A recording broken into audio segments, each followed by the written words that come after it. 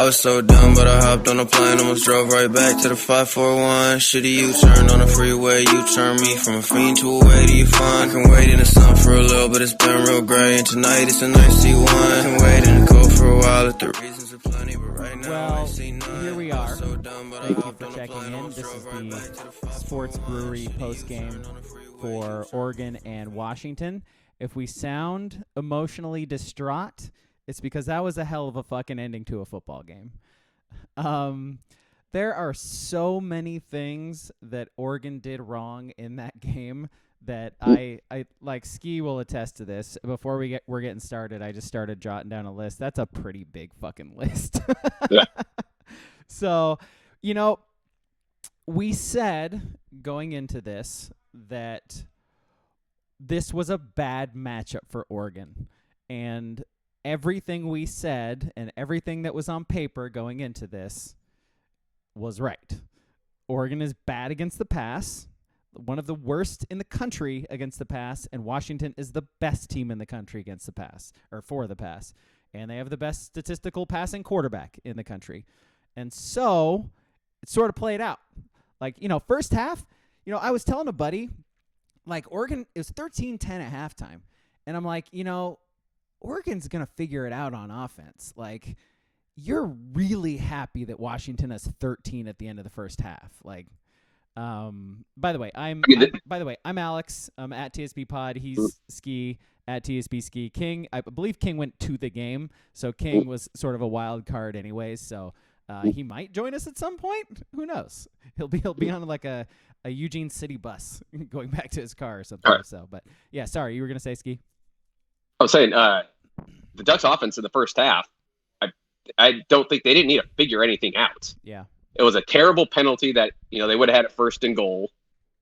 And then that fumble because of that stupid, do you call it a swinging gate? I don't know what that play design is. By the way, something I hadn't added to my really long list. Yep. Unbelievable. Like, so it's weird because Kenny Dillingham, like, some of the things he's done this year have been genius. And when they work, we're like, oh, man, he's playing chess, not checkers. He's the best in the country at this. Like, he's going to coach Arizona State next year, blah, blah, blah, blah, blah. But then when it doesn't work, it's like, man, that is the dumbest shit. Like, he's overthinking it. Like, that was the first thing I said. It's like, man, he's overthinking it. Like, if you're going to run a quarterback sneak or something or a dive, like, just run the sneak or the dive. Like, they haven't stopped it. Yeah. Like, they won't stop it. It was so unnecessary because it was first and goal. It was third and goal. Was it third? Was it third? That play was third and goal. And then they, it was the way the play was unfolding. Heward even said it. It's like he's gonna walk into the end zone. Like the way the play was unfolding. Gets it, hands it to Whittington, easy touchdown. Like, yeah, it was going to work, but they've ran it 4 times this year, 3 times out of that, yeah, I think. And every time they've run it, it's always against the clock because it takes so long to get set and then to get back. And I'm pretty sure I never saw a great angle on the snap. Like, it wasn't just a bad foresight snap, or I think he just didn't get it. Like, so that was the thing is they were being rushed. It was hurried. It was hurried. They were being rushed, and they created that situation for themselves. Like, you don't have to be rushed. You did that. Yeah. You had a 3rd and 1. You decided to spread everybody out and bring them in. You're creating a roadblock for yourself. Like, why do that? Throw it, like, fucking whatever play napkin you wrote that fucking play on, like, burn it.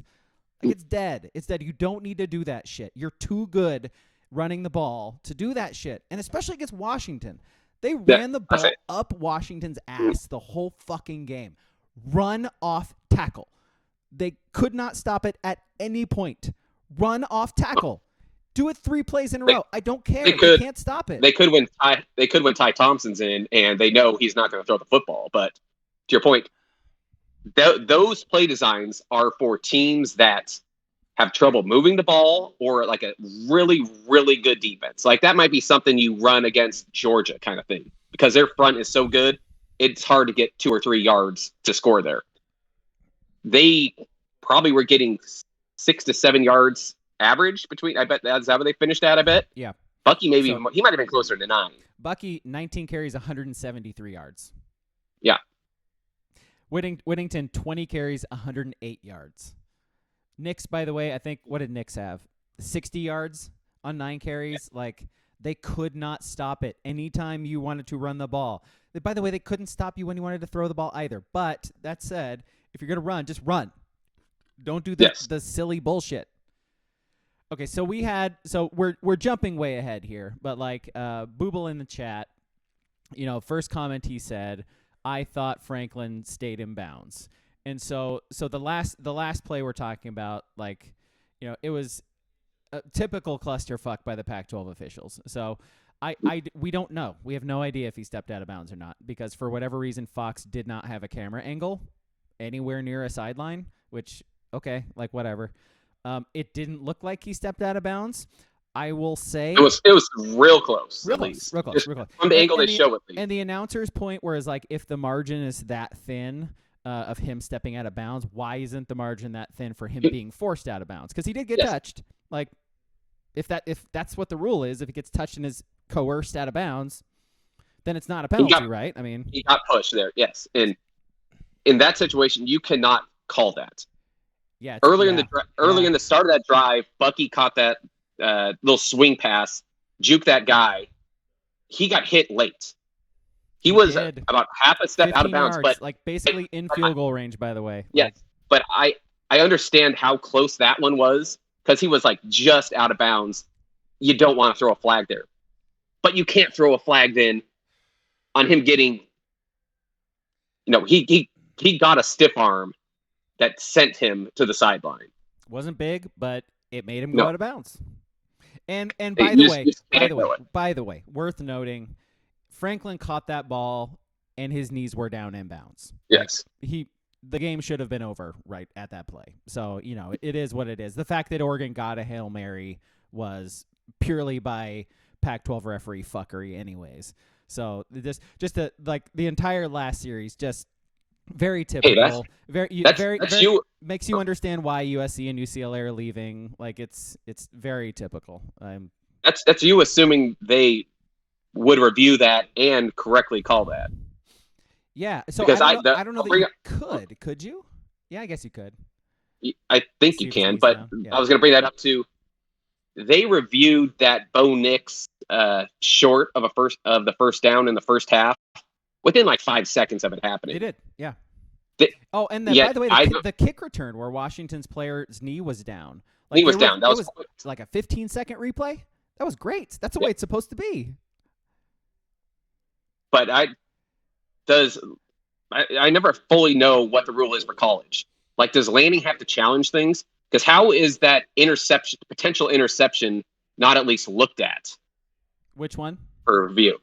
Was it the Gonzalez interception where they both kind of had the ball at the same time? Yeah. Well, I mean, that was a catch. But yeah. It was. But at least I want you to at least look at it, maybe, because it was real close. Yeah. So what's a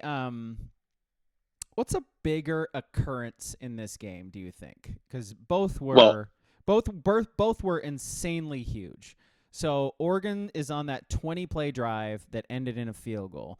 The reason it ended in a field goal is because of Forsyth's high snap. And Booble just said in the chat. Okay, there that is 100% what changed this game. So here you go. No, wait. That was it. Nope. Wait. That's it. The high snap or the 4th and 1 out of shotgun with Ty Thompson handing off from his own 30-yard line. Because that shouldn't even have happened. So we wouldn't have even gotten to that point. Yeah. No. Okay. No. So the high snap. And you know that whole drive, they were getting 5 to 6 yards guaranteed every run. He doesn't high snap that. There doesn't need to be that run by Nix, because they would have probably been 3rd and 1 as opposed to, was it 3rd and 4, 3rd and 5? What Nix tried to get. That's what it was. And I know Forsyth.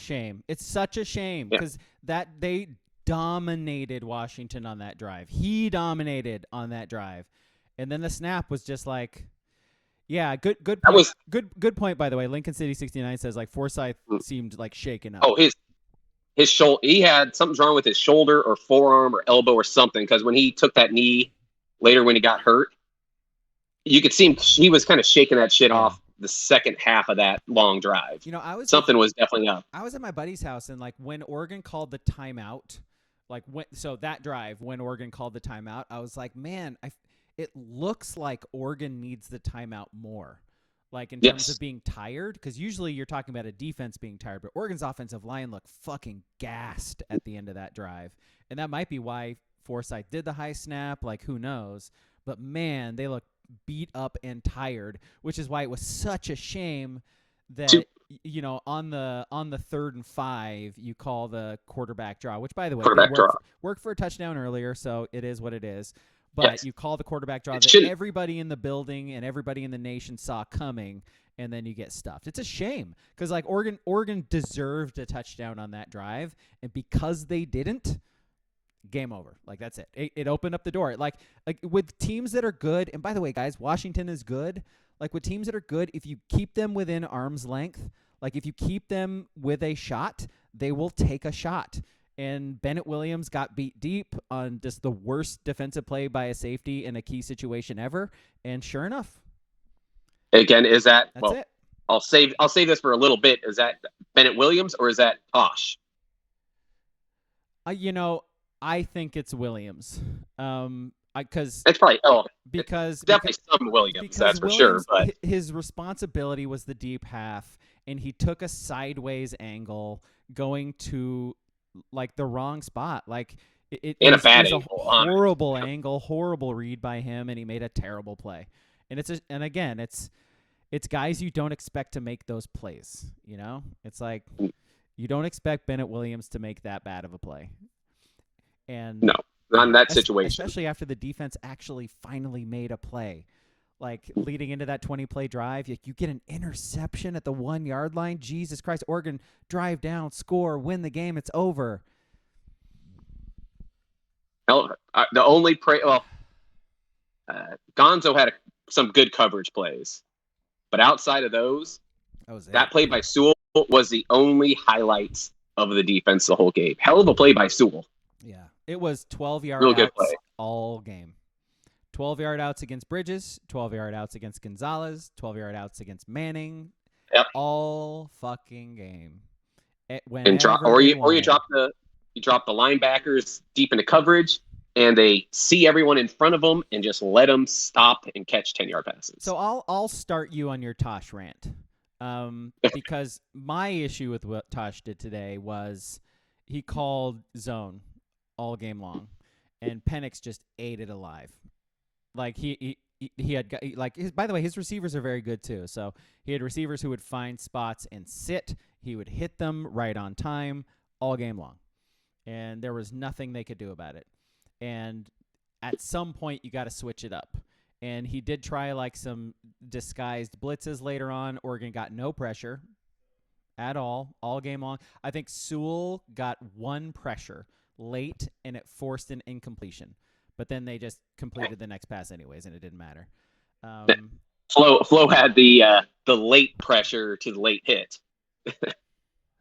that was as close as he got to the quarterback. But this isn't.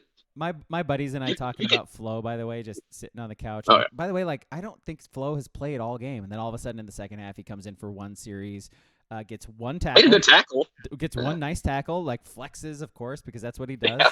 And then the next play. Obviously, he didn't get beat deep. Williams did, by the way. Williams beat for 2 touchdowns deep.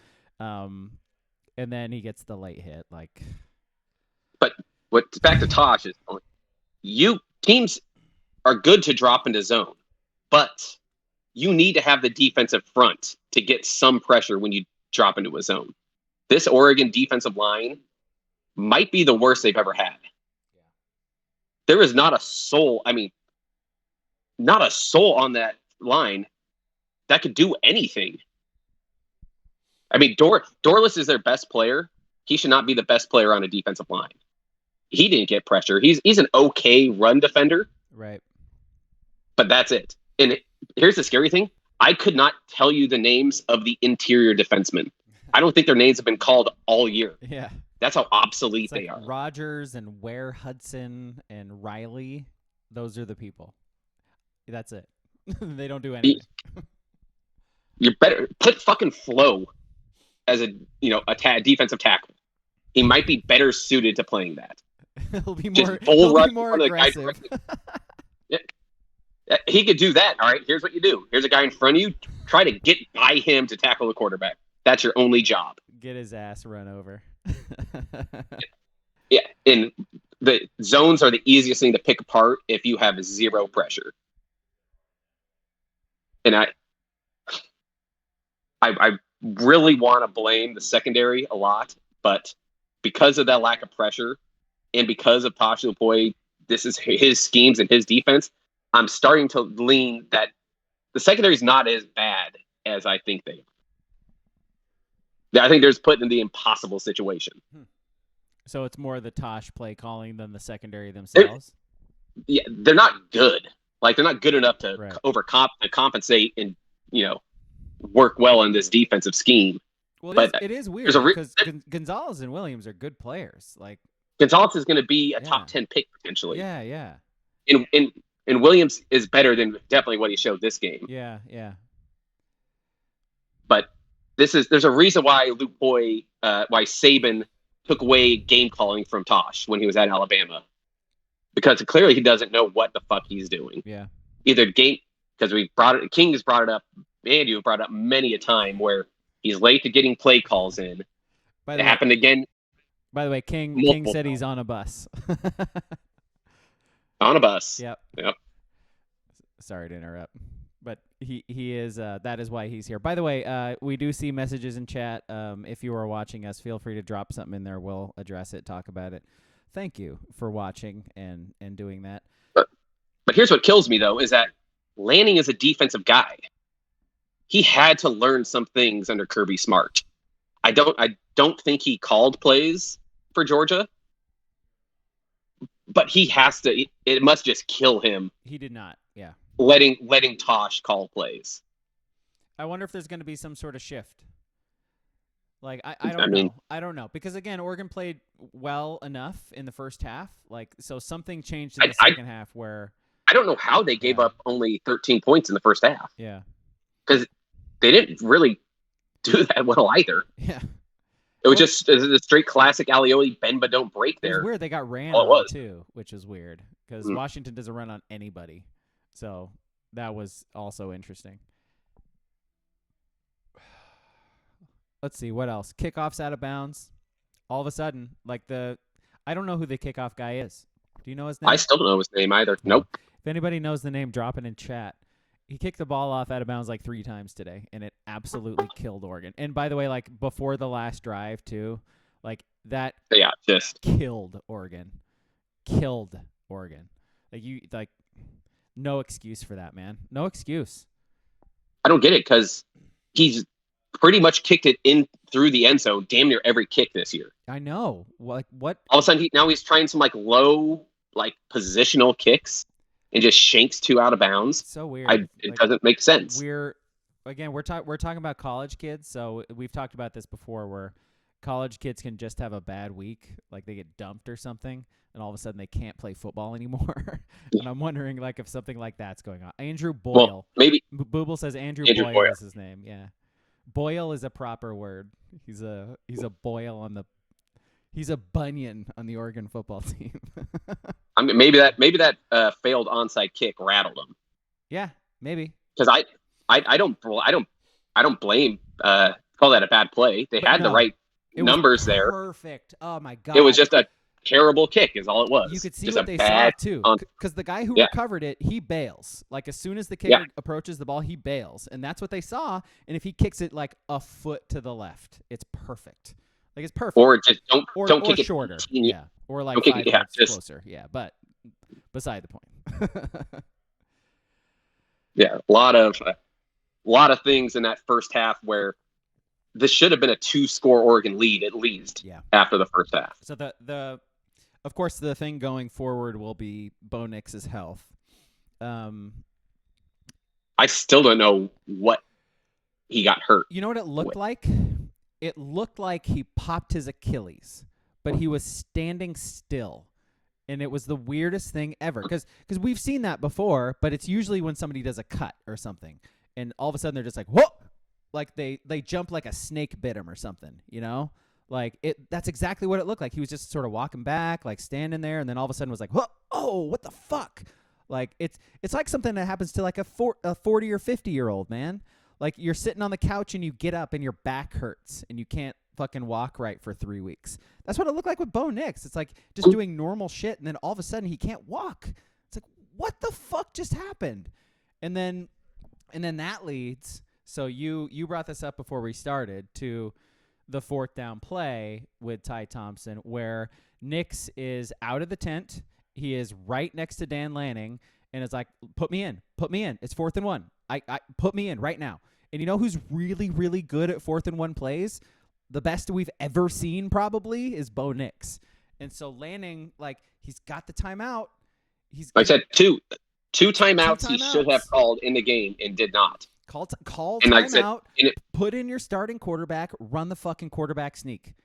Auto first down. Not you don't even have to run the sneak there. Don't even have to. Punt the fucking football, you idiot. You fucking idiot. 4th and 1 from your own 30 and you're going out of shotgun with Ty Thompson? With Thompson in the game, you have to punt the ball there.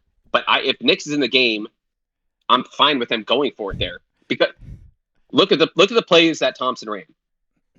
The Huskies finally just like, all right, we're not scared of you throwing the ball. Yeah. Just we're going to bust everyone in the box. So I do not know how you run that play on 4th down with them knowing there's no chance he's going to throw.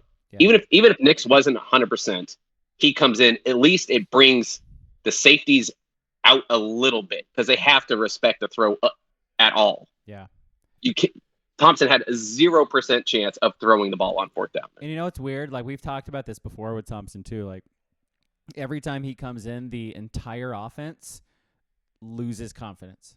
Like nobody fires off the ball. Nobody's crisp. Like nobody is, making the extra move. Like isn't it weird? Like it looks like a completely different offense, and he's running like you said, he's running the exact same plays. Like so, what's different? So yes, the defense can drop 11 guys into the box. They know Thompson's not going to beat him throwing the ball. Yes, but the offense the whole team looks different, and so that's what we're talking about going forward now. Like if Nix can't play, looks like he'll be able to play. Like, but I don't know. It looked like Dennis Dixon was going to be able to play. So I don't know. Well, I will say at least this was the momentum completely was gone for him when Thompson came in. If Nix doesn't get hurt on that play and the same exact scenario happens, I'm 100% confident the Ducks score and win the game. Yeah. Yes. And by the way, it would have been Cam Lewis making a game-winning field goal, and I would have been able to tell all y'all to shut up. The best kicker in the nation, still perfect. I mean, the best kicker who could only kick a ball 44 yards max. He's not perfect because he missed a 54. It was a good 10 yards. I told my buddy that kick's not good from 44 either. No, he shanked the hell out of that one. Well, he was trying to kick it as hard as he possibly could, so it's hard to kick a football. Here's my other question in that 4th down play. Yeah. Why isn't Bucky in the game there with Whittington in? I know they seem to think Whittington's the short yardage guy, but Bucky has been running over and juking everyone the entire game. That was one of the most impressive running games I've seen from an Oregon back in a long time. And we're going to completely forget about it because it's a loss against Washington. Yeah. Jeez, he was good. That's a game. Why does Whittington even get 20 carries? Bucky should have had 35 carries that game. Whittington wasn't bad either. Whittington was really good today too. Yeah. Or Booble says, or James, by the way, because James has been a short yard back, and he hasn't played the last couple of weeks. He's been on the sideline. Yeah, he didn't step on the field. I don't know if you bring him in for that 4th and 1. But this was a game. This was a Bucky game. He should have touched the ball, ran the ball 35 times, and probably had 300 yards rushing. This is the November egg, boys. This is the November egg. Well, this is what this almost happened to Washington State. It should have happened. Would have, should have happened in Washington State. where Dillingham just got in his own head in the first half and put him in a bad spot. Yeah, I mean, I guess, is this an egg? I mean, Washington sort of earned it. It's not like Oregon played terrible the whole game. Oregon made some really horrible decisions and cost themselves the game. 100%. As much as I love this Oregon offense, yeah, this actually was like, thank God they're not going to be in the playoffs. Because let's say they played Ohio State or Georgia again in the first round of the playoffs. This defense, it's just not good. It's not good. It's not good at all. Yeah. It's just bad. And I really hope that, hopefully this is Tosh and Lanning seeing this and be like, we better start attacking some of these, defensive recruits, especially on that front, and get better, because you ain't going to make the playoffs with defenses like this. Booble saying Lanning took responsibility with the media after the game. Yeah. Yeah. Sure. I think he should. Yeah. A lot of this was coaching and sort of choking. Overthinking it in situations, choking in other situations. Young coaches. Well, it's the first time we've seen like a chink in the armor. You know what I mean? Like, because he's been so good at clock management, so good at, just making these big decisions and making the right gambles at the right times, and it finally cost him. Like, it finally backfired. Again, that's an inexperience thing. Maybe like knowing when to do things and when not to do things, like understanding the flow of the game and not being as arrogant as you've been all season against a team that's I will better. say it is like, you can do this shit against Cal and Colorado. You can't do this shit against now 8-2 Washington. It is tough to punt there. I could see it in why he made the decision. You get the ball to Washington, they're going to score. Your punting game's not good right now. Like, you have like a backup punter, but yeah, still. I mean, they're probably going to get the ball up maybe on their own 40.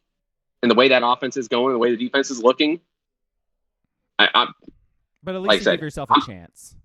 I'm fine with going for a fourth down. Just call timeout and get Nix in the game. You just can't do it with Ty Thompson. That's it. Can't do anything. By the way, if Nix is indeed hurt, like, the season's over. Like, auto loss against Utah, probably like loss against Oregon State, and then I mean, Pac-12 championship game's out. You have to win the last two games to be in that game, by the way, because USC's probably going to win out. And so if you lose again, then UCLA jumps you. No, because they would have lost to USC as well. So Utah jumps you, because Utah's like one loss in the conference too. And so if Utah beats Oregon, then whatever. You know what? Whatever. It's doom and gloom. Where do we go from here? Where do we go from here? So let's wrap this thing up. Like, where do we go from here? I don't know, but it is weird that I don't feel as bad as I would if this was, let's say this was Mario coaching, and he fucks it up, like he likes to do. I just don't feel as bad with Lane, because he's a first year guy. He's not going to be perfect. He's going to take his lumps early to start. Get it out of the way here. And again, thank God they're not making the playoffs, because God, they probably would have gotten railroaded by Georgia again. Shit kicked in by Georgia, yeah. Or I mean, just think of this defense against Ohio State's offense, or Tennessee. Tennessee throwing the football against this defense. I mean, they brought the hype. Yards passing. They showed the hype for Penix's like top 5, 6, whoever Kuiper had him at 5 or 6 for the draft. He was just pitching and catching, and he made like 2 or 3 bad throws. That interception, and he had like 2 bad overthrows, really. Even the quasi interception by Gonzalez, it was one-on-one coverage. You got to throw it up and just hope your receiver comes and gets it. He was so good today. Yeah. Penix was so good today, man. He is a very good quarterback. They are a very good offense. I think we can say that, like, officially now. I don't think there's any. By the way, my Oregon by 50 prediction, not so good. You picked Washington, right? That's why you're going to win. It's a cover. Yeah, that's why. Well, the scary thing is it could have easily been a cover. Yeah. Be up 10 Yeah. in the second half to start the second half. That first drive was just Textbook. there was no stopping them. Yeah. And then leading into that 10-minute drive, Yeah. I was like, there's no way they're losing. You score a touchdown, you go up 2 scores, it's over, right? Yep. But well, so Nix's Heisman's done. Are we saying? So I mean, here's 19 to he's still 19 to 27, 280 yards, 2 touchdowns, 9 carries, 59 yards, and a touchdown. It's not a bad game against a top 25 team. I think. Are you surprised I think given the opportunity, he would have won the game. I think when he actually went back in, it was too late. It was stacked too hard against them. No timeouts in the amount of time they had left. Like it's just. It was. So good luck. Heisman is good luck for anyone. Heisman is probably done. I think we can say that. Like Oregon needed to be in the playoff for him to, or be approaching the playoff, because I think they give the. Do they vote on the Heisman like right before the final rankings come out or something? I think it's before. Yeah. Like right. Unless before, he does. Yeah. Unless he does something crazy, or unless he plays and does something crazy, like averages 8 touchdowns a game kind of thing. He's got to do 500 yards against Utah. Like that. Okay. Yeah. All right. He's got to be spectacular the rest of the way. I don't know, man. I don't. Because like I said, if you look at stats, he still had good. He had good stats today. He did. I think Oregon needed to be there. I think Oregon needed to be better. Yeah. And again, real quick before we end, are you surprised he didn't throw as much? I know the run game was, they weren't stopping it. That's why. But King talked about that too. Like, Oregon will eventually figure out that they can run the ball against Washington, because Washington's really bad against the run. And so, no is my answer. Like, thinking about it a really long time, no is my answer to your question, because it was so successful. Like, if they didn't get 9 yards a carry, then yes, I'd be like, you probably should have thrown the ball with Nix more. But 27 times throwing the ball when you had 2 100-yard rushers it's about right. I don't know. Langer 26, Heisman is definitely not in Nix's future. Langer 26, by the way, in that room. Dork. All right, should we wrap this up? Yeah, I wish we could get King on and tell us how the bus ride home felt. I know, I'm very curious. With all the people on, but we know how we know how the LTD bus ride home is after a loss. It's quiet. Especially lost to Washington like that. Yeah, it's quiet. It's musty. It's a musty LTD, folks. Not the best. I'll put the over under. One for the podcast on Thursday. How many piss bags did King throw at the UW fans or grandmas shoved down the stairs? So King personally, how many grandmas did he shove downstairs? Yeah. Okay. And we're saying he peed in bags and threw them at Washington fans? Oh, definitely. Okay. I think he invented that. Well, what's the number you're setting? Well, I was say about 2.5 piss bags. I'll set it at 1.5 grandmas getting wheelchair kicked down. Vegas really gets you with the 0.5, don't they? I have to. It's that hook right there. Yeah, I'm going the under for the grandmas. I think one's enough. I think once you push the one grandma, like, that's good. Piss bags. Just set that tone with one. Piss bags depends, man. Like, how many beers did he drink? Like, did he go during the game? Because if we're talking about we're talking about multiple piss bags, like, that's effort. We'll find out on Thursday. All right, so Booble says under on the piss bags, over on the grandma. Booble says more than one grandma. Very good. Langer says take the over on both. All right, so we're talking about like Tasmanian Devil leaving Autzen Stadium, throwing piss and pushing grandmas. All right. Well, we'll find out on Thursday. If King's there, we'll if he's not there, we'll assume he was arrested for throwing piss bags and pushing grandmas. If he is there, we'll at least ask him how many. So, Oregon loses to Washington. Our world is over. Yeah. On to the Blazers. Ooh. No, now that now too. Ooh, what if King throws a piss bag at a grandma? Ooh. Is that a prop bet? Uh, It's a prop. That's a bet. specialty bet. That's a specialty boost. Probably boosted like plus 2,000 or something. DraftKings boost. All right, man. Thank you for watching, everybody. At TSB Pod, at TSB Ski. King is at Jeromney. You can find him in an LTD near you. Check us out tomorrow. We're gonna drop the movie podcast. That's the jiu-jitsu one, right? Yeah. We watched the movie Jiu-Jitsu. You know what? Hey, you want to do something to make you feel way worse after Oregon's lost to Washington? Go ahead and watch Jiu-Jitsu tonight and listen to that podcast tomorrow. And then we will see you on Thursday when we will be talking Oregon basketball's loss to UC Irvine. It's only downhill from here, folks. Thursday. It's all downhill.